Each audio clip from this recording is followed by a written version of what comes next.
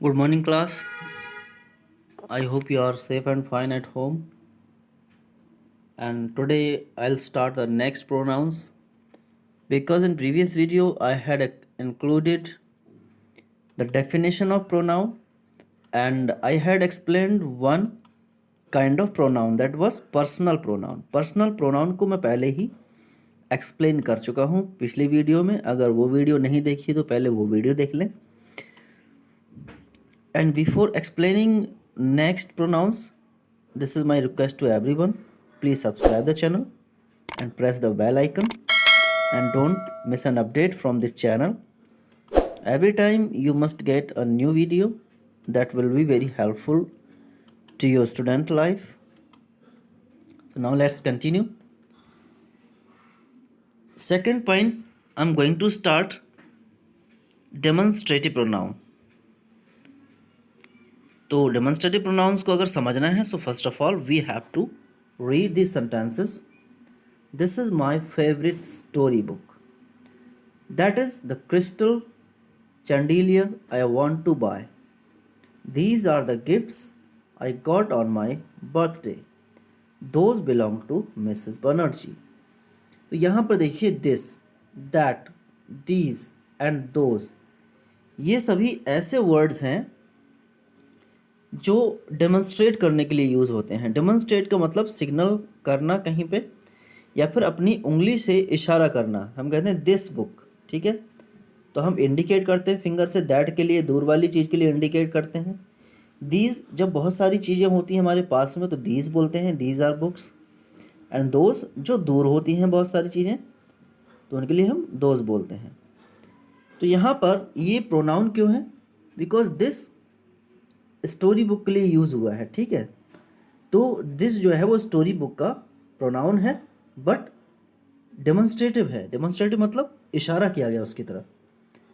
And जो that है वो चैंडिलियर के लिए है, चैंडिलियर के लिए, ठीक है.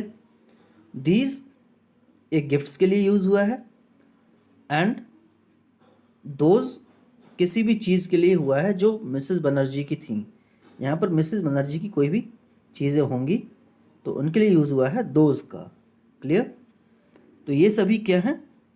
Demonstrative pronouns. पहचान क्या है? जैसे यहाँ पर this, that, these and those, इनके बाद वर्ब्स रखी हुई हैं, ठीक है. Is a verb, is a verb, are एक वर्ब है एंड बिलोंग एक वर्ब है. और इधर जो वर्ड्स हैं वो नाउन्स नहीं हैं, ठीक है. और जब नाउन्स नहीं हैं तो क्या है? प्रोनाउंस हैं. और ये इंडिकेट करने के लिए यूज़ हुए हैं. That's why these are demonstrative pronouns. एक बार इस पॉइंट को पढ़ेंगे. Remember, this and these refer to nouns that are near by in time और स्पेस. यानी दिस एंड दीज किसके लिए यूज़ होता है? जो नियर होती हैं, पास में होती हैं, चाहे वो टाइम की बात हो या स्पेस की बात हो. टाइम का मतलब अभी कुछ टाइम पहले तो हम कहेंगे दिस टाइम, ठीक है. अगर दैट की बात होगी, दिस डे मतलब आज का दिन हो जाएगा, दैट डे मतलब पीछे का दिन. एंड स्पेस का मतलब पास में. आप किसी रूम में बैठे हुए हैं तो रूम में सामने आपकी जो चीज़ है तो आप कहेंगे दिस. एंड आपसे बहुत दूर है वो चीज़, कहीं बाहर, तो आप क्या बोलेंगे? दैट. तो आप दिस नहीं बोलेंगे. आगे, that and those refer to the nouns that are further away in time और स्पेस. यानी टाइम और स्पेस में दोनों में काफ़ी दूर हैं उन चीज़ों को हम क्या यूज़ करेंगे? उन चीज़ों के लिए that and those. This and that is for singular pronouns and these and those are for plural pronouns. फिर यहाँ पर एक पॉइंट जो हमने ऊपर सेंटेंसेस पढ़ रखे हैं. The highlighted pronouns in these sentences are demonstrative pronouns. They point to nouns. लिखा पॉइंट करते हैं यानी इशारा करते हैं किसी भी चीज़ की तरफ. फिंगर से पॉइंट करते हैं हम किसी भी चीज़ की तरफ, ठीक है. तो वो क्या है? Demonstrative pronounce.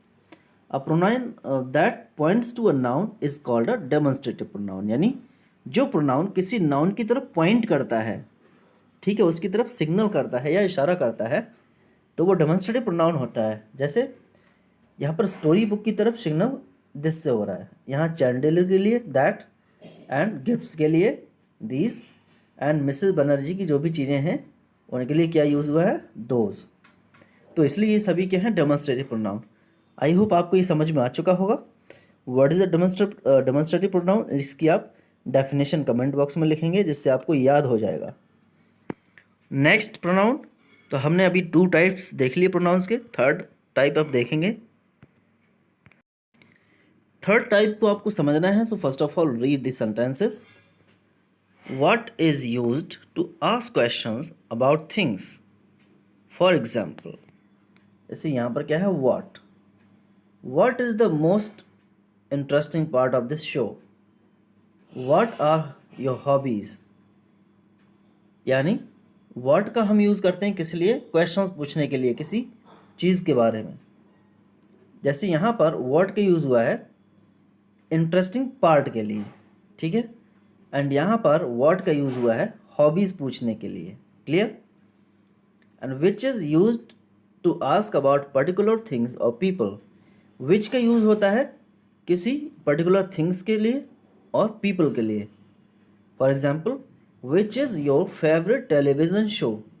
तो यहाँ पर टेलीविज़न शो के लिए विच वर्ड का यूज़ हुआ है, एंड विच का यूज़ यहाँ पर हुआ है ट्रॉफी के लिए, टीम्स के लिए, ठीक है। विच ऑफ द 2 टीम्स, यानी दोनों टीम्स में से किसने ट्रॉफी जीती। तो विच का मतलब क्या होता है, कौन सी, ठीक है। तो कौन सी टीम ने ट्रॉफी जीती, और ऊपर में कौन सा टेलीविज़न शो तुम्हारा फेवरेट है। तो यहाँ पर टेलीविज़न शो के लिए विच यूज़ हुआ है, और यहाँ पर टीम्स के लिए। तो व्हाट किस लिए होता है, थिंग्स के लिए, एंड विच यूज़ होता है थिंग्स और पीपल दोनों के लिए। Clear. And after that who, whom and whose, ये सभी पीपल के लिए यूज़ होते हैं। ऐसे who is your best friend, तो यहाँ पर बेस्ट फ्रेंड के लिए हु यूज़ हुआ है। whom did you meet at the party, यानी जिससे मिलेंगे पार्टी में, वो उसका आंसर इधर आएगा, यानी किसी इंसान के बारे में बात हुई है। Whose is this lunch box, whose मतलब किसका लंच बॉक्स है। तो जिसका लंच बॉक्स होगा वो भी कोई मैन होगा या बॉय होगा, इट मीन्स कोई पीपल होगा।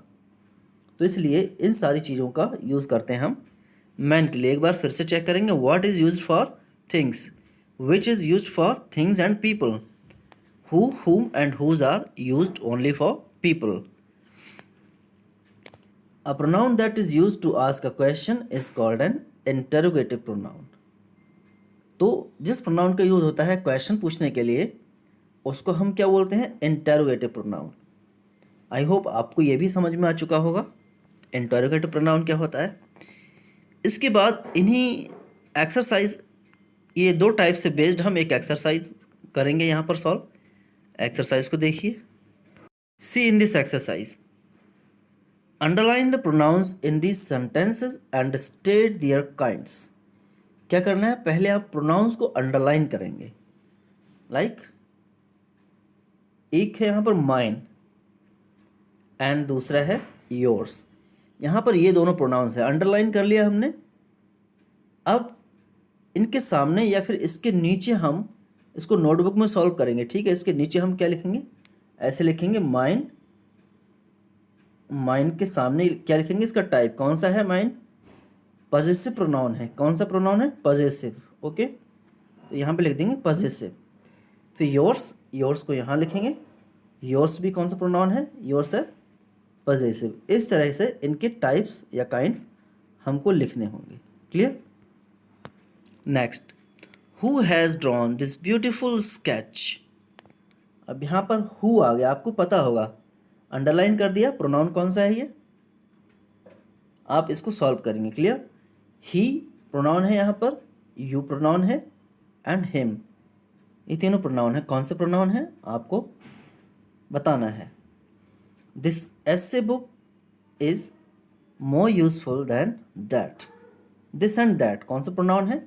तो इसी तरह ये जितने भी सेंटेंसेस यहाँ पर दिए हुए हैं 10 सेंटेंसेस, सबसे पहले आप क्या करेंगे, प्रोनाउंस को अंडरलाइन करेंगे और उसके नीचे लाइन में क्या लिखेंगे आप, जो भी प्रोनाउन है उसको लिखेंगे, उसके सामने उसका काइंड लिखेंगे, कौन सा टाइप का है। I hope you understand this exercise. Now next exercise, now see this exercise. Fill in the blanks with pronouns as indicated in the brackets. यानी ब्रैकेट्स में जो लिखा हुआ है इसमें पजेसिव प्रोनाउन फिल करना है। Neha said Deepti return this pen to Junaid, यानी ये पेन जुनैद को दे दो।